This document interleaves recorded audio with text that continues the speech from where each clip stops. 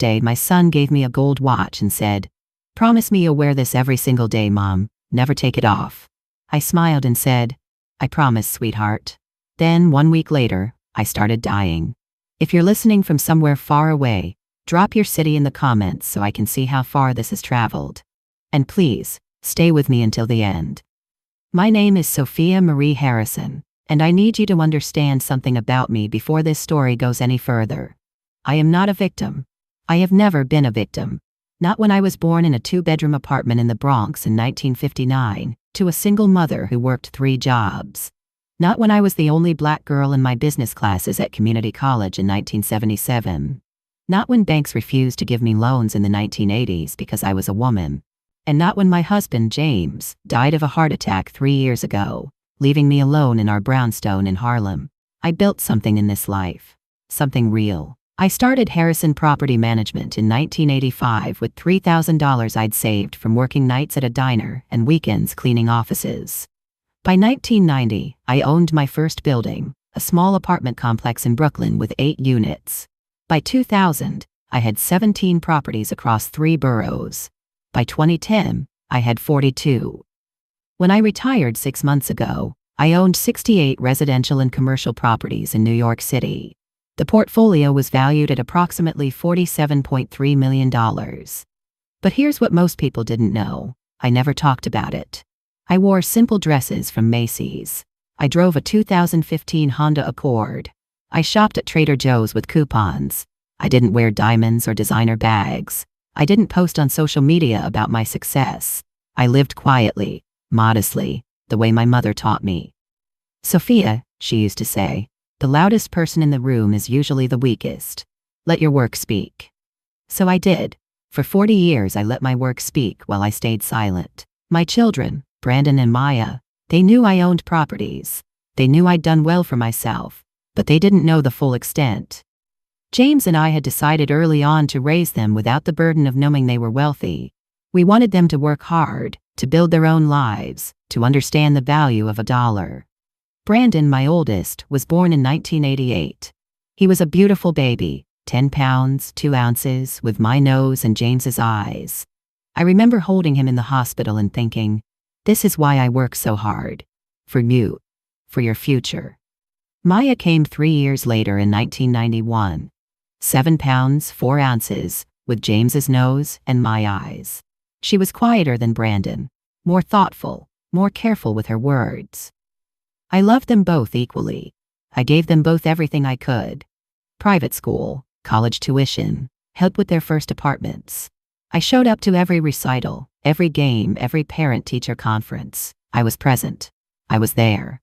But somewhere along the way, Brandon changed. It started small. Around age 16, he stopped saying thank you. Around 18, he started making comments about people like us and people like them. Around 22, after he dropped out of Columbia University in his senior year, he started asking me for money instead of asking for advice. "Mom, I need $5,000 for a business investment. Mom, I need $3,000 to cover rent. Mom, I need $10,000 for a car." I gave it to him, every time. Because he was my son, and I thought that's what mothers did. Maya, meanwhile, graduated from NYU with honors. She became a graphic designer, started her own small firm, married a kind man named David, and built a quiet, steady life. She called me every Sunday. She asked how I was feeling. She listened. Brandon called when he needed something. But I told myself it was fine. I told myself boys are different. I told myself he'd grow out of it. Then James died. The funeral was on a Tuesday in November 2022. It rained that day, the kind of cold, relentless rain that seeps into your bones and doesn't leave. 347 people came to pay their respects. James had been loved. He'd been a high school principal for 32 years, and half the neighborhood had been his students at one point or another. I wore black. I stood at the front of the church. I shook hands. I accepted condolences. I smiled when people told me James was in a better place now. But inside I was hollow. We'd been married for 41 years. 41 years of waking up next to the same man, of knowing how he took his coffee, black, 2 sugars, of finishing each other's sentences. And now he was gone. Brandon stood beside me during the service. He wore a black suit I'd bought him. He cried, real tears streaming down his face. He held my hand. He whispered, "I'm so sorry, Mom. I'm so sorry." I believed him. Maya stood on my other side with David and their daughter, my grandbaby, little Emma, who was only 2 years old. Maya didn't cry during the service. She was strong for me, the way she'd always been strong. But I saw her shoulders shaking when they lowered the casket into the ground. After the funeral, people came back to our house, the brownstone on 127th Street that James and I had bought in 1983 for $87,000 and was now worth $3.2 million. I'd made sandwiches, I'd set out coffee and tea, I'd prepared everything because that's what you do. You keep moving, you keep going. Brandon stayed close to me all evening. He was attentive in a way he hadn't been in years. He brought me water, he made sure I sat down. He told people, my mother needs rest, when they stayed too long. I thought, maybe this is it. Maybe James's death will bring us closer. Maybe Brandon will finally grow up. I was wrong. For 2 months after the funeral, Brandon was perfect. He moved back into the brownstone, into his old bedroom on the 3rd floor, and said he wanted to be here for me during this difficult time. He cooked dinner 3 nights a week. He took out the trash. He asked about my day. He also started asking about the properties. Mom, how many buildings do we have now? Mom, what's the monthly income from the rentals? Mom, have you thought about what happens to everything when when you're not here anymore? I should have seen it then. I should have recognized the questions for what they were. But I was grieving, and grief makes you stupid. It makes you want to believe the best in people, especially your own children. Brandon, I said one evening in January, everything is taken care of. I've worked with lawyers. There's a will. You and Maya will be fine. He smiled. I'm not worried, Mom. I just want to make sure you're taken care of now. I believed him. Meanwhile, Maya called every Sunday like clockwork. She didn't ask about the properties. She didn't ask about money. She asked, "How are you sleeping, Mom? Are you eating enough? Do you need me to come over?" I told her I was fine. I told her Brandon was staying with me, keeping me company. She paused on the other end of the line. Mom, is that a good idea? He's my son, Maya. He's trying. Another pause. Okay, Mom, if you need me, I'm here. I know now that Maya saw what I couldn't see. She'd always seen Brandon more clearly than I did. But I was his mother. And mothers want to believe their children can change. Mother's Day fell on Sunday, May 14th, 2023. I woke up that morning to the smell of pancakes. Brandon was in the kitchen, actually cooking, with flour on his hands and a smile on his face. Happy Mother's Day, Mom, he said when I came downstairs. He'd set the table beautifully. There were flowers, fresh roses in a crystal vase. There was orange juice in my favorite glass. There were pancakes stacked high with butter and syrup on the side, just the way I liked them. Maya and David came over around noon with little Emma. We had lunch together in the dining room, the big oak table that James and I had bought at an estate sale in 1989. Emma sat in her high chair, smashing blueberries with her tiny fists and giggling. It felt for a moment like we were a family again. After lunch, Brandon stood up. He was holding a small box, velvet, dark green, the kind that holds something expensive. Mom, he said, his voice thick with emotion. I want to give you something. He opened the box. Inside was a watch. It was beautiful, a Cartier Tank Française, gold with a white face and Roman numerals. I recognized it immediately. It had belonged to my mother, Evelyn Marie Johnson, who died in 2001. She'd bought it for herself in 1975 with her first real paycheck, after working for 20 years as a seamstress. It was the only luxury she'd ever owned. When she died, I'd given the watch to Brandon. He'd been 13 years old at the time, and he'd loved his grandmother fiercely. I thought he should have something of hers. And now, 22 years later, he was getting it back. Brandon, I whispered, tears filling my eyes. This is your grandmother's watch. I know, he said. And I want you to have it. I want you to wear it every day and remember that you're loved, that you're not alone, that we're here for you. He took the watch out of the box and fastened it around my wrist himself. His hands were steady. His eyes were sincere. Promise me something, Mom, he said quietly. What's that, sweetheart? Promise me you'll wear this every single day. Never take it off. Not for showers, not for bed, not for anything. I want you to feel Grandma's love with you always. I looked at the watch on my wrist. The gold gleamed in the afternoon sunlight streaming through the window. It was heavy, substantial, real. I promise, I said. Maya was watching from across the table. I caught her eye and something passed between us, something I couldn't name. Concern, maybe. Or suspicion. But I pushed it away. This was a beautiful moment. My son was giving me a piece of our family history. My son was showing me he cared. I hugged him tight. Thank you, Brandon. This means everything to me. He hugged me back. I love you, Mom. I love you too, baby. That night, after Maya and David left, after the dishes were washed and put away, after Emma's laughter had faded into memory, I sat alone in my bedroom and looked at the watch on my wrist. It was 9:47 p.m. The second hand swept smoothly around the face. Tick, tick, tick. I thought about my mother, about how hard she'd worked, about how proud she'd been of this watch, about how she'd told me, Sophia, a woman who can buy her own jewelry is a woman who answers to no one. I fell asleep with the watch still on my wrist, feeling for the first time since James died, like maybe everything was going to be okay. I was wrong. I woke up at 5:43 a.m. on Monday, May 15th, with nausea wrapped around my throat like a fist. I stumbled out of bed and made it to the bathroom just in time. I gripped the edge of the sink and waited for the feeling to pass. It didn't. For 23 minutes I stood there, breathing slowly, trying to calm my stomach. The nausea wasn't sharp. It wasn't like food poisoning or the flu. It was deeper than that, more persistent, like something inside me had shifted slightly out of place. When it finally subsided, I splashed cold water on my face and looked at myself in the mirror. I looked tired. I looked older than 67. The skin under my eyes was puffy. My cheeks looked hollow. I told myself it was stress, grief, the body's way of processing loss. I went downstairs and made coffee, my usual routine. French roast, black, 1 sugar. I sat at the kitchen table and tried to drink it. My stomach turned. I managed 3 sips before I had to pour the rest down the sink. Brandon came downstairs around 7 a.m., already dressed for the day.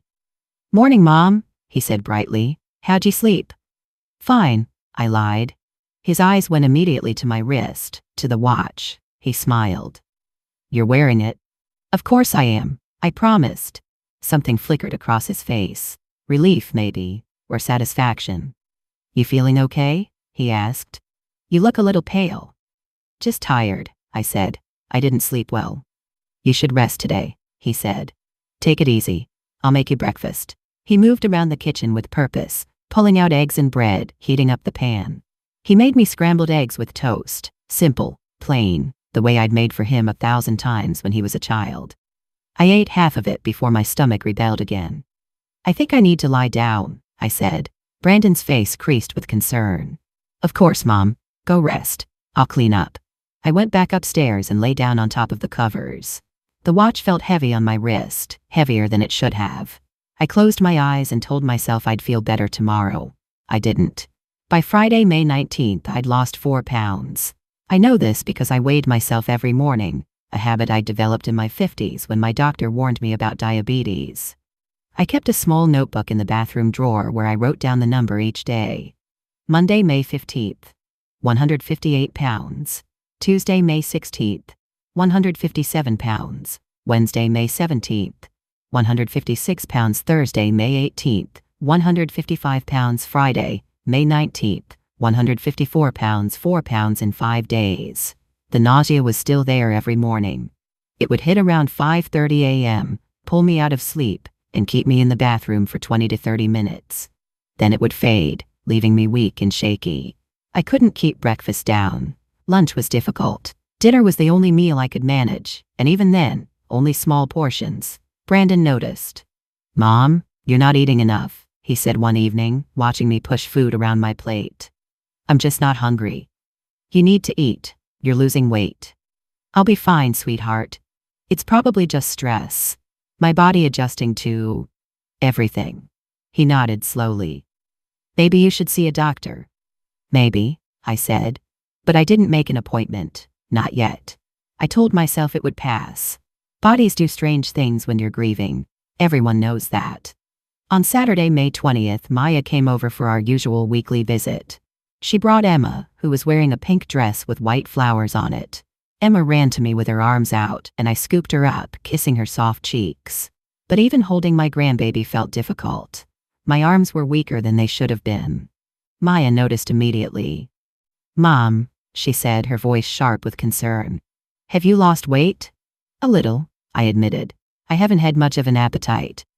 "How much is a little?" 4 pounds, maybe 5. Her eyes narrowed. "In 1 week?" "It's fine, Maya, I'm fine." She looked at Brandon, who was standing in the doorway to the kitchen. "Is she eating?" "I'm trying to get her to," Brandon said, "but she won't listen to me." Maya turned back to me. "Mom, you need to see a doctor." "I will. I just need a little more time." "Time for what? To get worse?" I forced a smile. "Maya, honey, I appreciate your concern, but I'm 67 years old. I know my own body." She didn't look convinced, but she dropped it. We spent the afternoon playing with Emma, reading her books, watching her toddle around the living room. But I could feel Maya watching me, studying me, counting the bites of food I took at dinner. When she left that evening, she hugged me longer than usual. "Please take care of yourself, Mom," she whispered in my ear. "I will, baby. I promise." That night I looked at the watch on my wrist. It was 8:32 p.m. The gold caught the light from my bedside lamp. I thought about taking it off, just for the night, just to see if it made a difference. But I'd promised Brandon. And Brandon had been so good to me lately. So attentive, so caring. I left it on. By the end of week 1, I'd lost 6 pounds total. And I still didn't know I was being poisoned. Monday, May 22nd started the same way every morning had started since Mother's Day, with nausea. I woke at 5:47 a.m., stumbled to the bathroom, and gripped the sink while my stomach tried to turn itself inside out. 26 minutes. I timed it on the watch. 26 minutes of standing there, breathing through my nose, willing my body to cooperate. When I finally made it downstairs at 6:43 a.m., Brandon was already in the kitchen. This had become our new routine. Brandon, who used to sleep until noon, was now up before dawn. Brandon, who used to leave dishes in the sink for days, was now making me breakfast every single morning. "Morning, Mom," he said, turning from the coffee maker with a smile. "I made your coffee just the way you like it." He handed me a mug, my favorite one, the blue one with "World's Best Mom" printed on the side that Maya had given me for Mother's Day in 2003. The coffee was black with 1 sugar, exactly right. "Thank you, sweetheart," I said, taking the mug. I didn't notice the way his eyes followed me as I lifted it to my lips. I didn't notice the way he watched as I took the first sip. I didn't notice the slight tension in his shoulders until I swallowed. But I notice now. Looking back, I see everything I missed. The coffee tasted normal, bitter, hot, familiar. I drank half of it before my stomach started to rebel again. "I'm sorry," I said, setting the mug down. "I can't finish it. My stomach." "It's okay, Mom," Brandon said quickly. "Don't force it. You want some toast instead?" "Maybe just dry toast." He made it for me, and I ate 3 small bites before giving up. My weight that morning, 152 pounds. 8 pounds lost in 8 days. On Tuesday, May 23rd, I finally went to see my doctor. Dr. Patricia Anderson had been my physician for 14 years. She was 53 years old, black like me, and she'd grown up in Harlem too. She understood what it meant to be a black woman in America, to be dismissed, to be told your pain isn't real, to have to fight to be heard.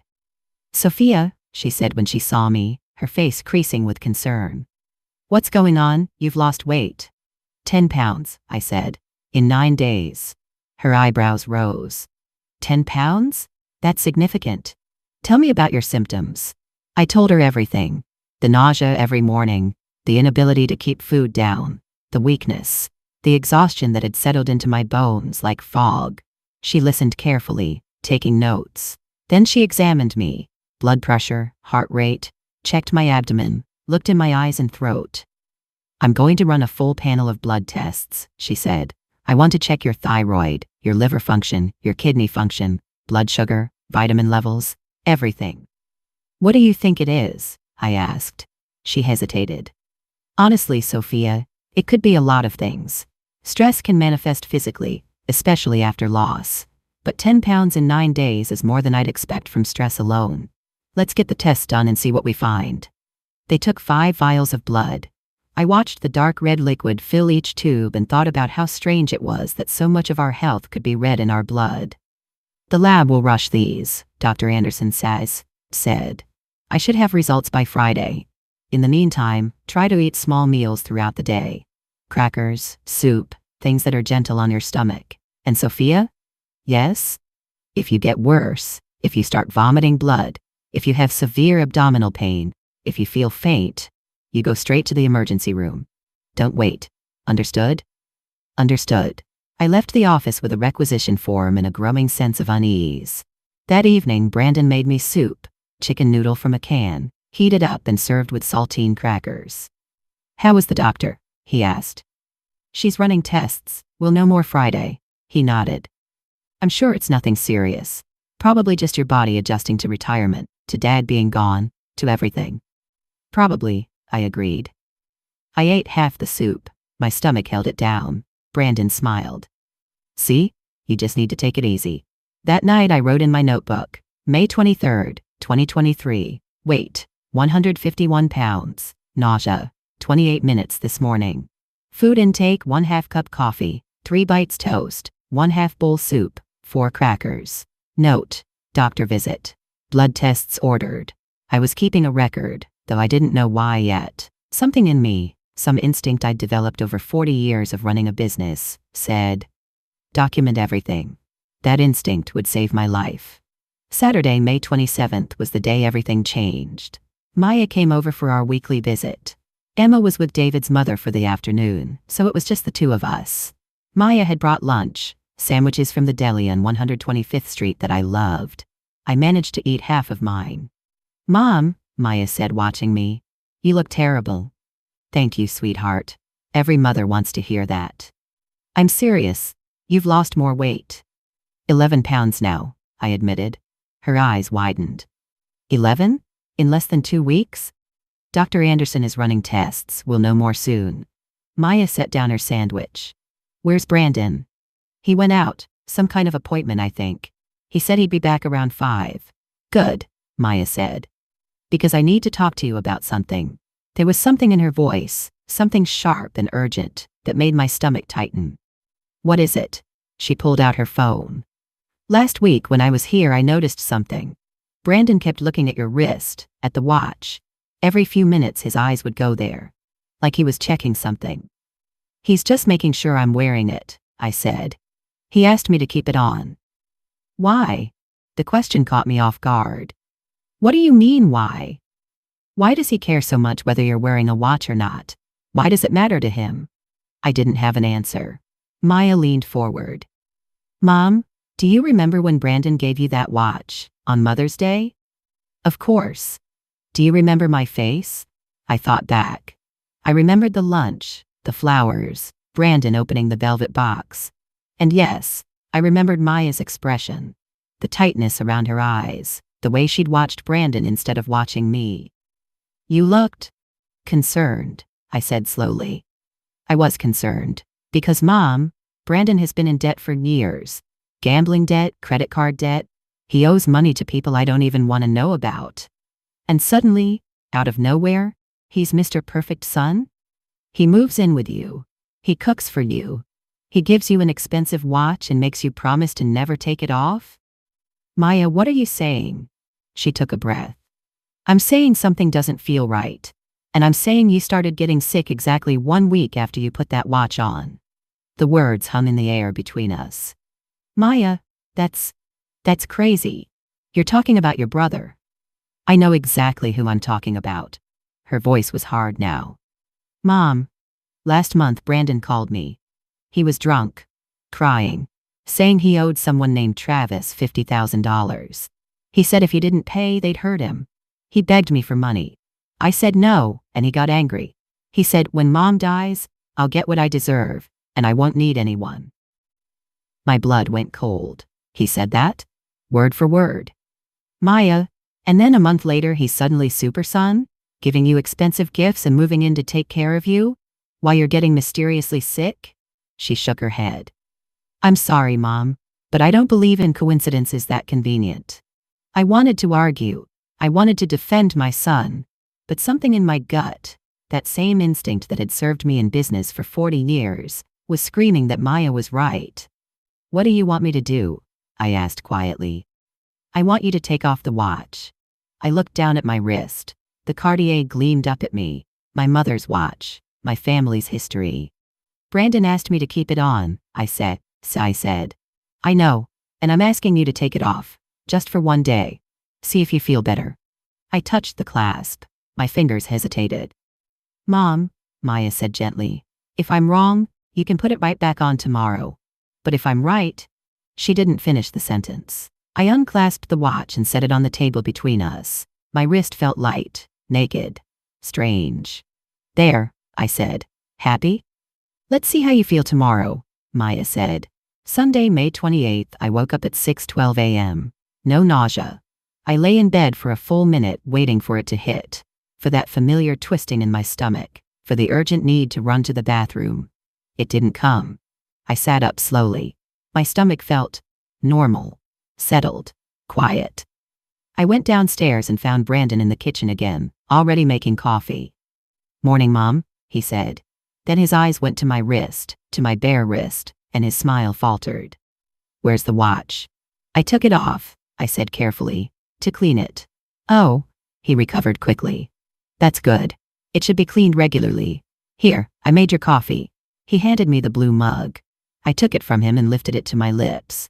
But something made me pause. Some instinct. Some tiny alarm bell ringing in the back of my mind. I lowered the mug without drinking.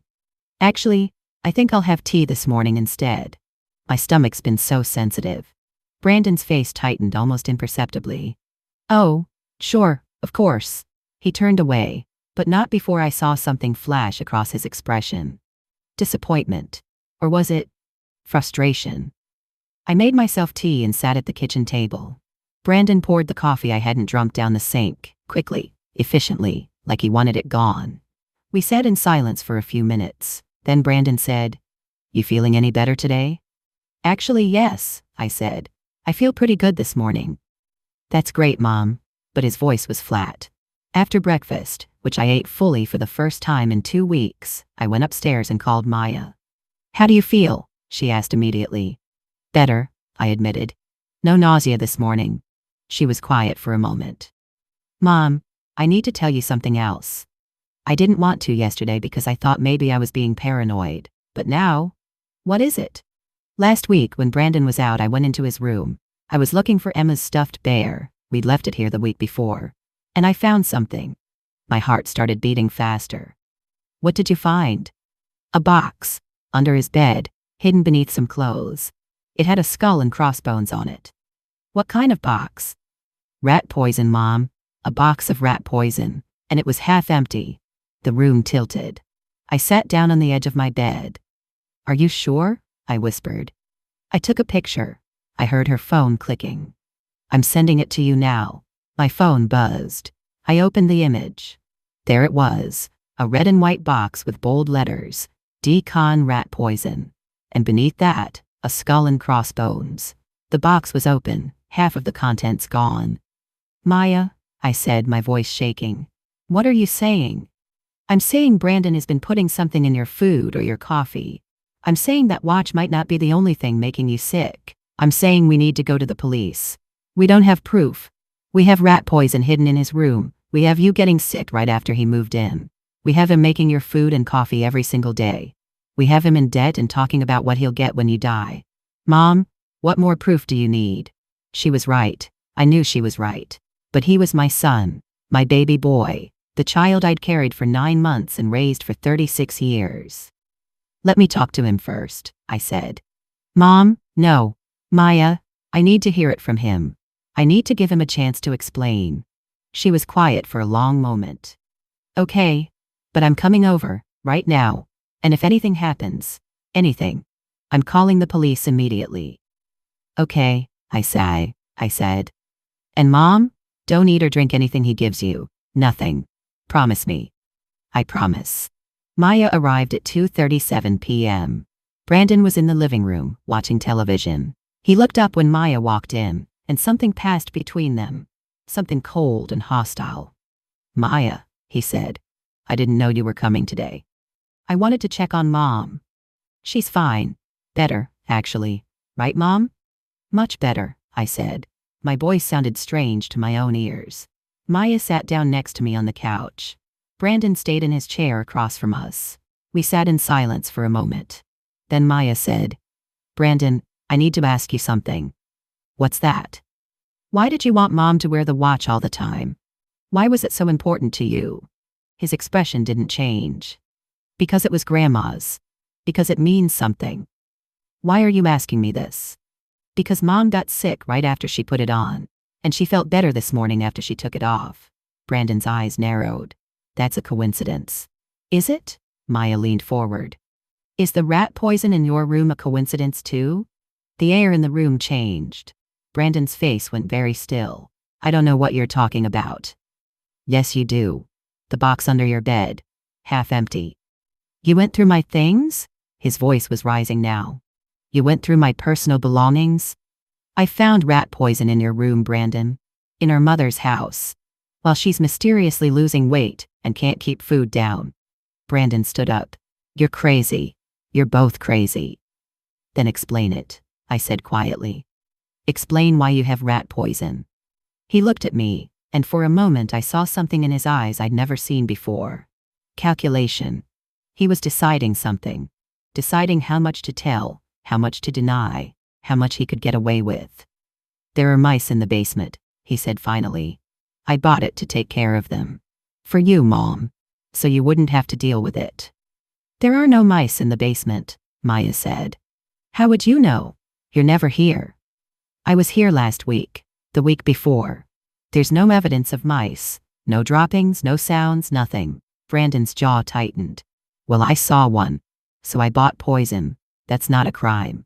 "But you didn't put any traps out," I said. "You didn't tell me about the mice. You just bought poison and kept it hidden in your room." "I didn't want to worry you." "Stop lying." Maya's voice cracked like a whip. "Just stop, Brandon. We know." "Know what?" But his voice was different now. Harder. Defensive. "We know about the debt. We know you owe Travis $50,000. We know you said you'd get what you deserve when Mom dies." Brandon's face went pale, then red, then very, very calm. "So that's what this is about," he said quietly. "You think I'm trying to kill Mom for her money?" "Are you?" Maya asked. He laughed, a bitter, hollow sound. "You don't understand anything. Either of you." "Then explain it to us," I said. My voice was steady, but my hands were shaking. "Explain why you moved in right after your father died. Explain why you give me coffee every morning. Oh, explain why you wanted me to wear that watch every day. Explain the poison, Brandon. Make me understand." He stared at me for a long moment. Then he said, "You really want to know?" "Yes." "Fine." He sat back down, and when he spoke again, his voice was cold. "I owe people money. A lot of money. More than 50,000, try 200,000. And these aren't the kind of people who accept payment plans. They want their money, or they want something else. Something painful." "So you decided to poison your own mother?" Maya's voice was shaking with rage. "I didn't decide anything," Brandon shouted. "I needed a solution. And you..." He pointed at me. "You have $47 million sitting in properties and investments while I'm drowning. While I'm about to have my legs broken by loan sharks. You have everything, and I have nothing. I offered to help you," I said quietly. "Every time you asked. 5,000 here, 10,000 there, that's nothing. I needed real money. I needed enough to start over. And you were never going to give me that. You were never going to give me what I deserved. So you decided to kill me for it." The words hung in the air. Brandon didn't deny it. "You're 67 years old," he said instead. "You've lived a full life. You have more money than you could spend in 3 lifetimes. I'm 36, I'm in debt. I'm desperate. And when you died, naturally, peacefully in your sleep, I would have inherited everything. Half of everything at least. That's $23 million. That's enough to fix everything. But I wasn't dying fast enough, was I? Maya said. So you added the coffee. Brandon's silence was answer enough. I felt something break inside my chest. Not my heart, something deeper than that. Some fundamental belief in the goodness of my own child. How long? I whispered. How long have you been poisoning me? He looked at me, and for just a moment I saw regret flash across his face. The watch, that was supposed to be slow, gradual, undetectable. Thallium in a controlled release mechanism. You'd get sick over months, waste away, and no one would question it.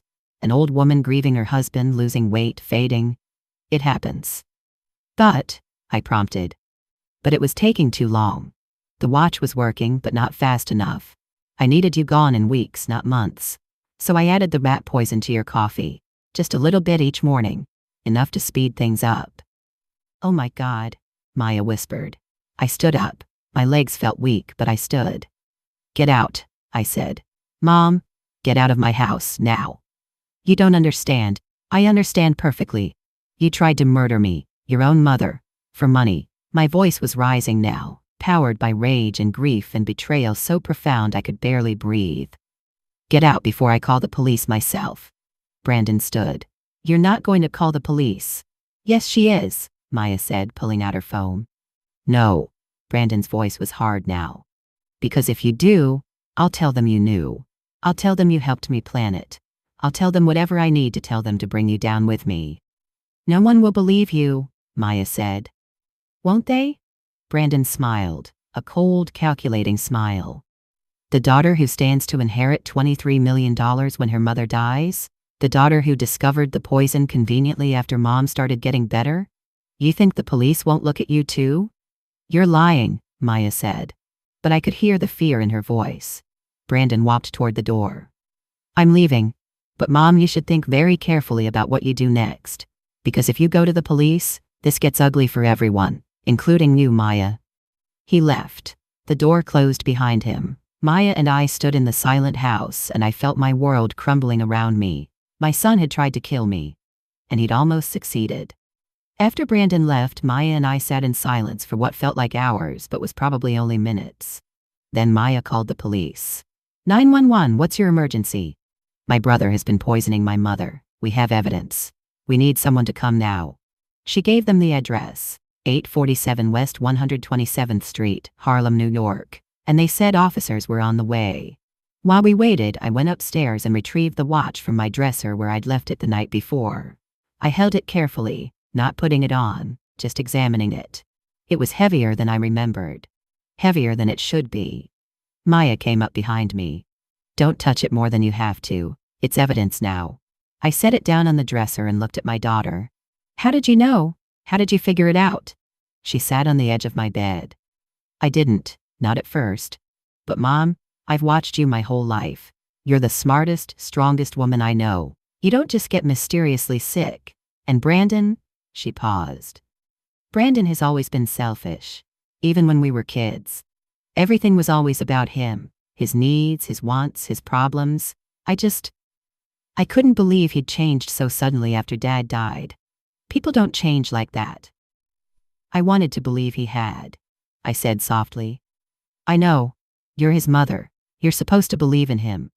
Maya's eyes filled with tears. But I'm his sister, and I've seen who he really is. The police arrived at 3:42 p.m. 2 officers, 1 male and 1 female.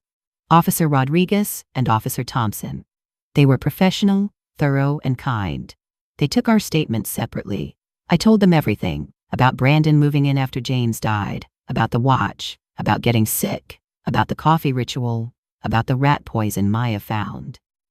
Do you still have the watch? Officer Rodriguez asked. Upstairs. I haven't touched it since yesterday. We'll need to take it as evidence. We'll also need to search Mr. Harrison's room. He's not here, I said. He left about an hour ago. Do you know where he went? No. They searched Brandon's room anyway. They found the box of rat poison exactly where Maya said it would be, under his bed, beneath a pile of dirty clothes. They also found his laptop. We'll need to take this too, Officer Thompson said. There might be searches, communications, evidence of planning. Take whatever you need, I said. They called for a detective. Detective Patricia Williams arrived at 5:17 p.m. She was a black woman in her early 50s with gray-streaked hair pulled back in a tight bun and eyes that had seen everything. When she shook my hand, her grip was firm and warm. "Mrs. Harrison," she said, "I understand this is your son we're talking about." "Yes. That must be very difficult." "It is." She sat down across from me at my dining room table, the same table where we'd had Mother's Day lunch, where Brandon had given me the watch.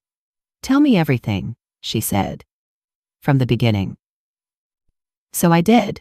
I told her about James dying, about Brandon moving in, about the watch and the promise to never take it off. I told her about the nausea, the weight loss, the doctors finding nothing. I told her about Maya's suspicions, about taking off the watch and feeling better, about the rat poison.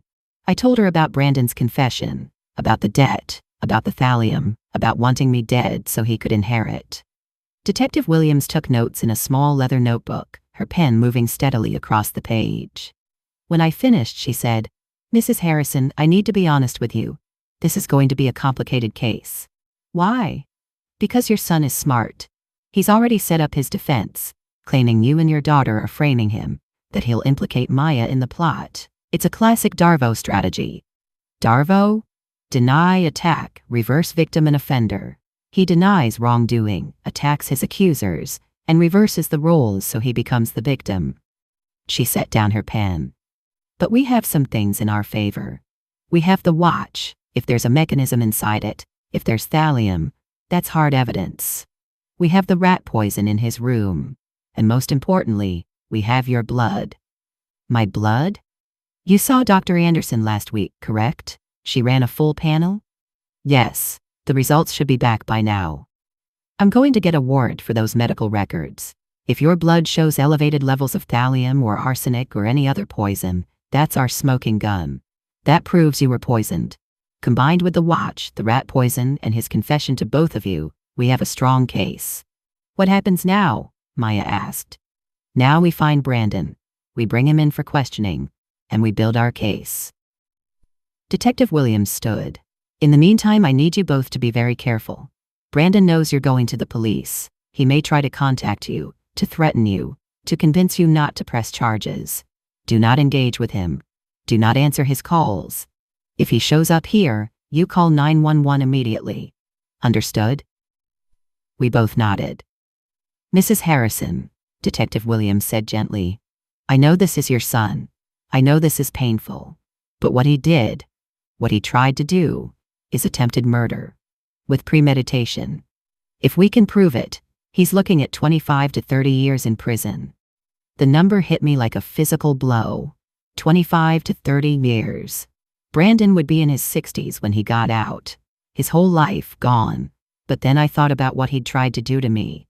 How he'd watched me get sicker and weaker. How he'd brought me coffee every morning knowing it was poison. How he'd smiled at me and called me Mom, while slowly killing me. "I understand," I said. After the police left, Maya stayed with me. She called David and asked him to bring Emma over. "I don't want Mom alone tonight," she told him. They arrived at 7:23 p.m. Little Emma ran to me, and I picked her up despite my weakness, holding her close and breathing in her baby powder smell. "Grandma," she said, patting my face with her small hands. "Up." "I've got you, baby," I whispered. That night we ordered Chinese food, something I could finally eat without my stomach rebelling. I ate an entire container of wonton soup and half a container of lo mein.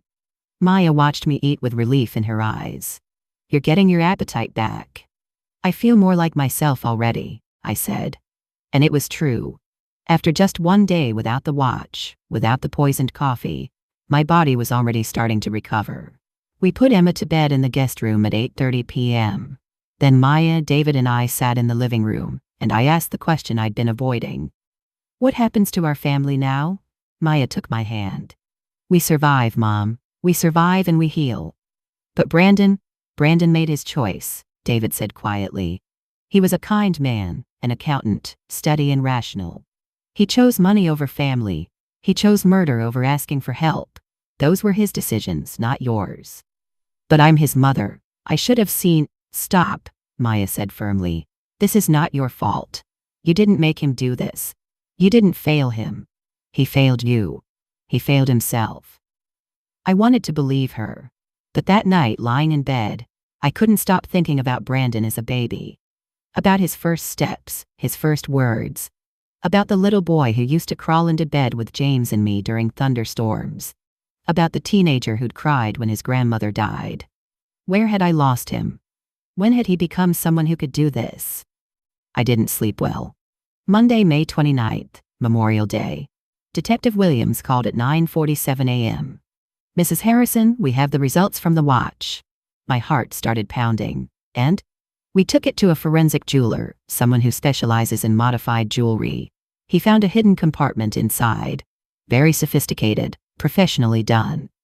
There's a small glass vial containing a clear liquid, and there's a mechanism with micro-perforations that allows the liquid to slowly seep out through contact with skin.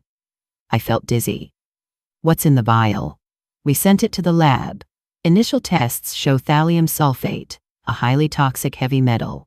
Odorless, tasteless, and in small doses over time, it causes exactly the symptoms you experienced. Nausea, weight loss, hair loss, organ damage. Oh God. Mrs. Harrison, this is premeditated attempted murder. Someone had to research thallium, acquire it, which isn't easy, and then pay someone with expertise to modify the watch. This took planning, time, and money. How much time? The jeweler estimates the modification was done within the last 6 months. Probably right after your husband died. So Brandon had been planning this for months. While I was grieving James, while I was crying at his funeral, Brandon was already plotting my death. There's more, Detective Williams continued. We got your medical records from Dr. Anderson. Your blood shows thallium levels 48 times higher than normal. You also have elevated arsenic levels, which is consistent with rat poison ingestion. Mrs. Harrison, if you'd continued wearing that watch, if you'd continued drinking that coffee, you would have been dead within 3 to 4 weeks. The room spun. 3 to 4 weeks. I'd been that close. We also examined Mr. Harrison's laptop, she continued. His search history shows multiple searches for thallium poisoning symptoms, undetectable poisons, life insurance payout times, and inheritance laws, New York State. He also has emails with someone named Travis Patterson discussing money he owes and taking care of the problem. What does that mean? We're bringing in Mr. Patterson for questioning. But Mrs. Harrison, we have enough to arrest your son. We issued a warrant this morning. We just need to find him. Where is he? We don't know yet. He's not at any of his known addresses, but we will find him. After I hung up, I sat very still for a long time. Then I went to my home office, the small room on the second floor where I'd managed my properties for 40 years, and I pulled out a file. My will. I opened it and read through the pages I'd signed just 2 years ago, in 2021, back when James was alive, and Brandon seemed like a son I could be proud of. The will split everything evenly between Brandon and Maya. 50% each. The properties, the investments, the bank accounts, everything divided equally. Brandon would have gotten $23.6 million. I picked up the phone and called my lawyer, Robert Chen. Sophia, he said warmly, how are you? I heard about what happened. The police contacted me for your records. Robert, I need to change my will. Immediately. Of course. What changes do you want to make? I want to remove Brandon completely. Everything goes to Maya. There was a pause. Sophia, are you sure? I know what he did was terrible, but he's still your son. He tried to kill me, Robert. He poisoned me for months. He watched me waste away, and he smiled while he did it. I'm sure. All right, I'll draft the new will today. You can come in to sign it tomorrow. Thank you. I hung up and sat in my office, looking at the framed photos on my desk. There was one of Brandon at his college graduation, smiling in his cap and gown. There was one of Maya and David's wedding. There was one of Emma on her first birthday, cake smashed all over her face. I took down Brandon's photo and put it in a drawer. Then I cried. Brandon was arrested on Tuesday, May 30th at 2:14 p.m. They found him at Travis Patterson's apartment in Queens. When the police knocked on the door, Travis answered, saw the badges, and immediately said, "He's in the back bedroom." Brandon didn't run. He didn't resist. He just stood up, put his hands out for the handcuffs, and said, "I want a lawyer." Detective Williams called me at 3:30 p.m. to tell me he was in custody. How did he seem? I asked. Calm, almost relieved actually, like he'd been waiting for this. What happens now? He'll be arraigned tomorrow morning. The DA is charging him with attempted murder in the first degree, assault with a deadly weapon, and elder abuse. If convicted on all counts, he's looking at 30 years minimum. Will I have to testify? Eventually, yes, but not at the arraignment. That's just where he pleads guilty or not guilty and bail is set. Will he get bail? I doubt it. Not for attempted murder of a family member. The DA will argue he's a flight risk and a danger. The judge will likely remand him. Remand. That meant Brandon would stay in jail until trial. My son, in jail. Mrs. Harrison, are you all right? No, I said honestly. But I will be. Wednesday, May 31st, I went to the courthouse. Maya begged me not to go. Mom, you don't need to see this. You don't need to see him. Yes, I do, I said. I need to look him in the eye. The arraignment was in a crowded courtroom that smelled like floor polish and anxiety. Detective Williams sat with us. The DA, a sharp-eyed woman named Jennifer Morrison, introduced herself briefly before the proceedings began. At 10:47 a.m., they brought Brandon in.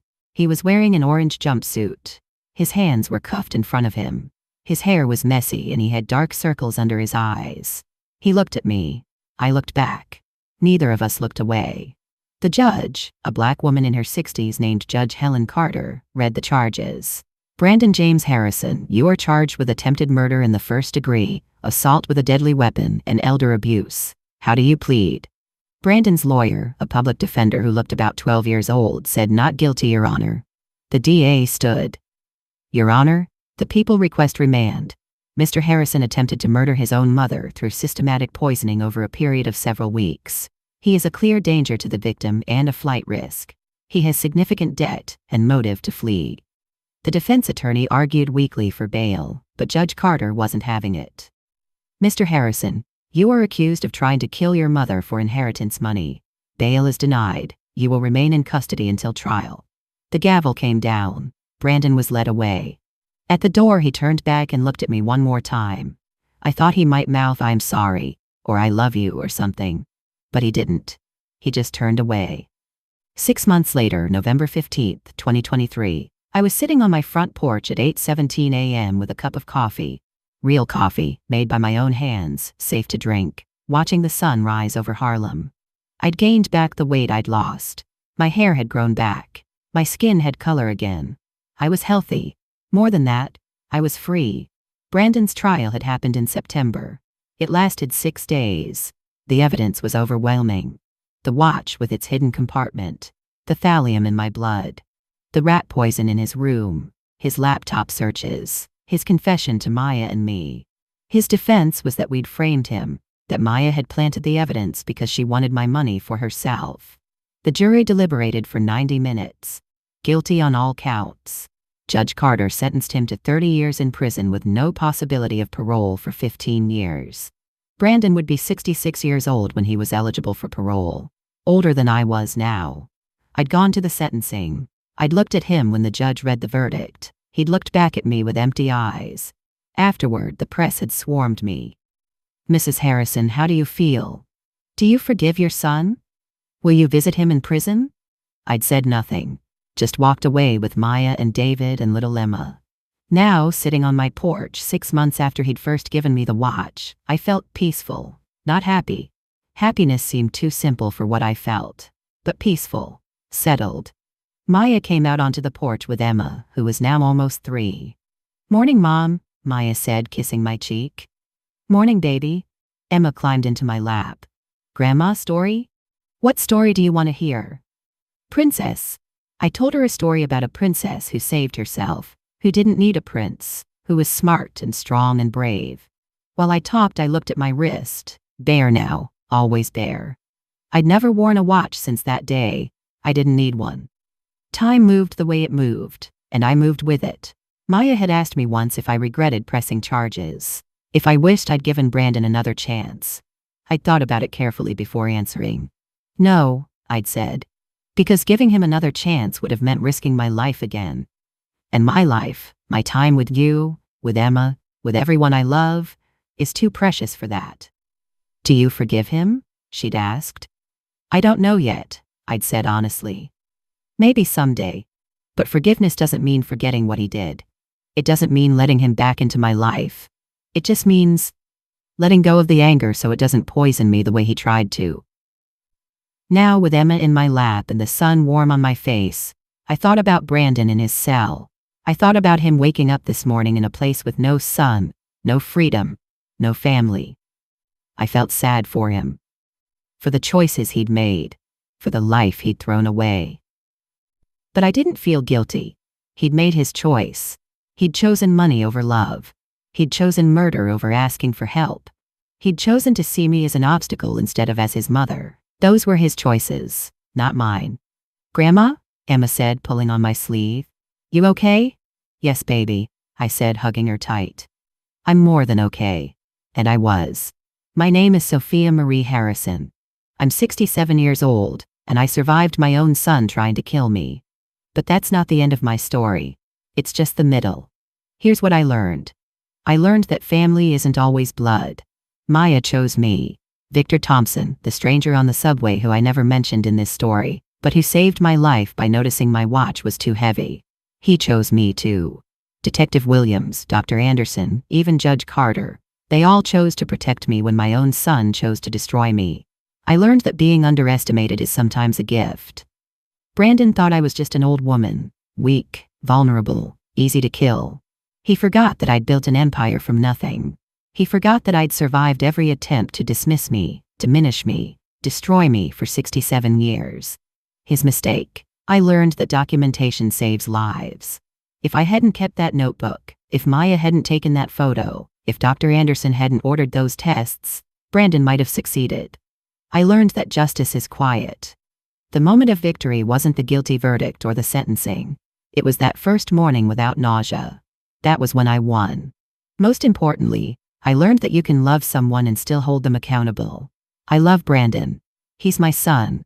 But he tried to kill me, and he's in prison because of it. Both things are true. I've started a foundation, the Evelyn Johnson Harrison Foundation for Elder Abuse Prevention, named after my mother and my husband. We help older adults recognize the signs of financial and physical abuse. We provide free legal services. We educate families.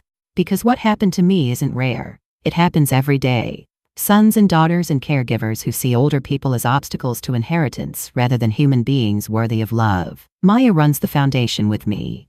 Emma comes to the office sometimes, sitting at a little desk we set up for her, working on coloring books while we work on changing laws. This morning, as I finish my coffee and watch Emma play, my phone rings. It's a blocked number. I answer it. "You have a collect call from an inmate at Rikers Island Correctional Facility. Will you accept the charges?" My heart stops. Brandon. It's been 6 months since the sentencing. He hasn't tried to contact me once. Until now. "Will you accept?" the automated voice repeats. Maya is watching me from the doorway. She shakes her head slightly. "Don't do it." But I press one. "Hello?" I say. "Mom?" His voice is rough, like he's been crying. "Brandon."